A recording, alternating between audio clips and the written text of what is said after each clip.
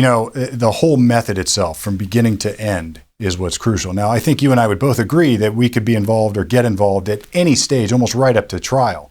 But when we're there at the initial consultation all the way to the end, right before and then right after the jury trial, when you hear those magic words, not guilty, that's when it's the most effective.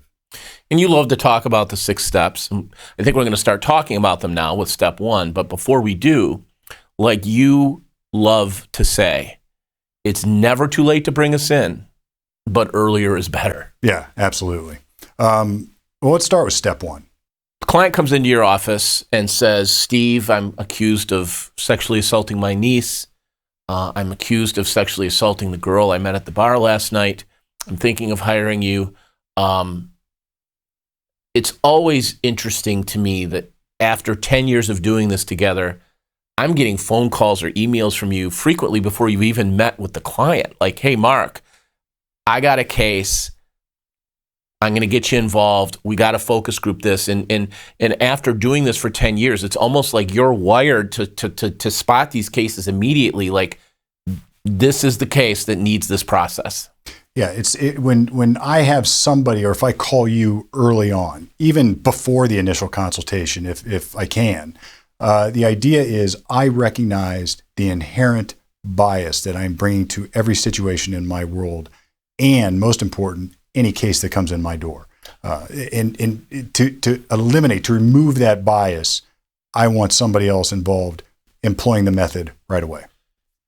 And that's what we really do at this early stage in step 1 is we're being brought in to help shape and control the narrative, but to do so in a way that eliminates those biases and eliminates those past experiences. Like, no, I understand Mr. Jones's case looks just like Mr. Smith's case, okay? But we're not gonna prep it, we're not gonna investigate it, and we're not going to dive into it the same way you did that past case. This is a new case with new facts, and we're going to take a fresh look at it.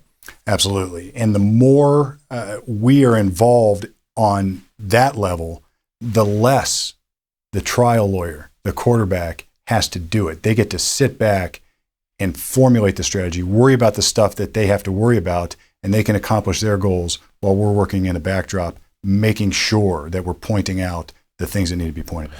And look, we understand that the kind of lawyers that look to hire us, or the clients that want us that want to bring us in to their defense team, these lawyers are good lawyers. I mean, they know what they're doing. You don't need to hire us to tell you, well, let's get a private polygraph. Let's hire a private investigator. Okay, but again, where we help is, what should the private investigator be looking for? What documents do we need to gather? Do we need a timeline? Where else can I help you, the lawyer, start looking under which stones and behind which doors that is going to help the client?